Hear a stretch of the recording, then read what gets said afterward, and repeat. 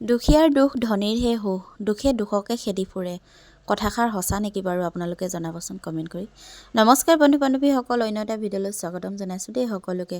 ৰাতিপুৱা ছোৱালীজনীক টিফিন বনোৱাৰ পৰা কাপোৰ কানিলৈকে মুখৰ আগত দিব লগা হয়। তাৰপিছত মানে দেউতাককো ভাতে পানীয়ে খুৱাই পঠিয়াব লগা হয়।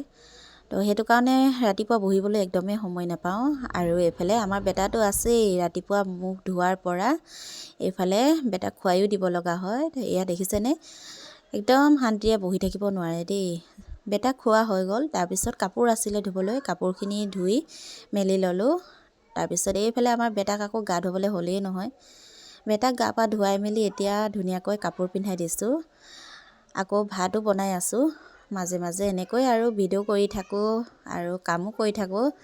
আপোনালোকক দেখাই আছোঁ সকলোবোৰ মইনো কি কি কৰি থাকোঁ ঘৰত। আৰু এয়া ময়ো ওলাই ল'লোঁ। আমাৰ মানে আগফালৰ ঘৰটোত আজি বছৰেকীয়া সকাম আছে, তালৈকে ওলাইছোঁ। আমাক মাতিছে বেটা আৰু মোক। এইফালে ভণ্টি মোৰ কাৰণে ৰৈ আছে, আমি দুয়োজনীয়ে যাব ওলাইছোঁ এতিয়া। তেওঁলোকৰ নিয়মত মানে যিজনে মানে মৃত্যু হয় যিজনৰ, তেওঁ খাই ভাল পোৱা বস্তুবোৰ এনেকৈ ৰাস্তা কাষত দি দিয়ে দেই তেওঁৰ নামত। আমিও ভাত পানী খাই ল'লোঁ, তাৰপিছত আহিলোঁ ঘৰলৈ।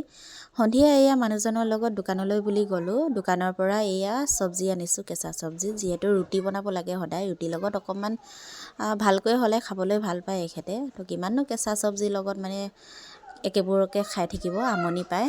মাহঁতক দিবৰ কাৰণে এয়া বিলাহী দুটা, কণী এটা উলিয়াই লৈছোঁ।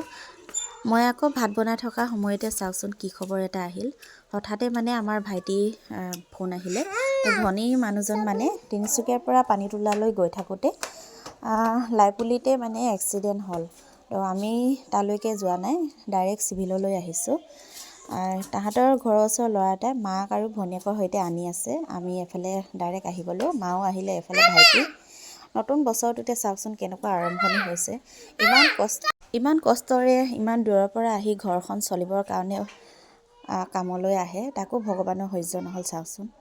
হাতত দুখ পাইছে আৰু গোটেই আঁঠুৱে চাঠুৱে পাইছে।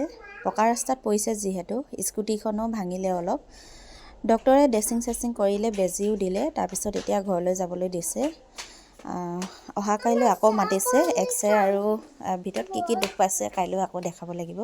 তো সিহঁতেও গুচি গ'ল, এতিয়া আমিও ঘৰলৈ যাব লাগে। ইমানতে আহিল নহয় বৰষুণ যাক, আৰু এইফালে পূৰা বিজুলী ঢেৰেকণি। আমি বাৰু কেনেকৈ যাম বাৰু বাইকত, সেইটো কাৰণে অকণমান ৰৈ দিবলৈ লৈছোঁ, নহ'লে আকৌ ৰাস্তাতে পাম নহয় বৰষুণ এৰা আশা নাই। সেইটো কাৰণে পটাপট এতিয়া ঘৰলৈ যাব ওলাইছোঁ গোটেইকেইটাই। এইফালে মাহঁতেও গুচি গ'ল, এইফালে আমি দুটাও আহি গ'লোঁ। ইমান বিজুলীক মাৰিছে নহয়, একদম মানে ভিডিঅ' কৰিবলৈকে ভয় লাগিলে দেই। যেনে তেনে কৰি ঘৰ পালোঁহি আৰু। নাহিলেও নহ'ব নহয়, ৰাতি নেৰিব লাগিলে দিগদাৰ হ'ব। বেটাকো থৈ গৈছিলোঁ আৰু এইফালে 10টা 10 হৈ গ'ল। এই মাত্ৰ আহি পাইছোঁহি দেই। আৰু আজি ভিডিঅ'টো ইমানেই।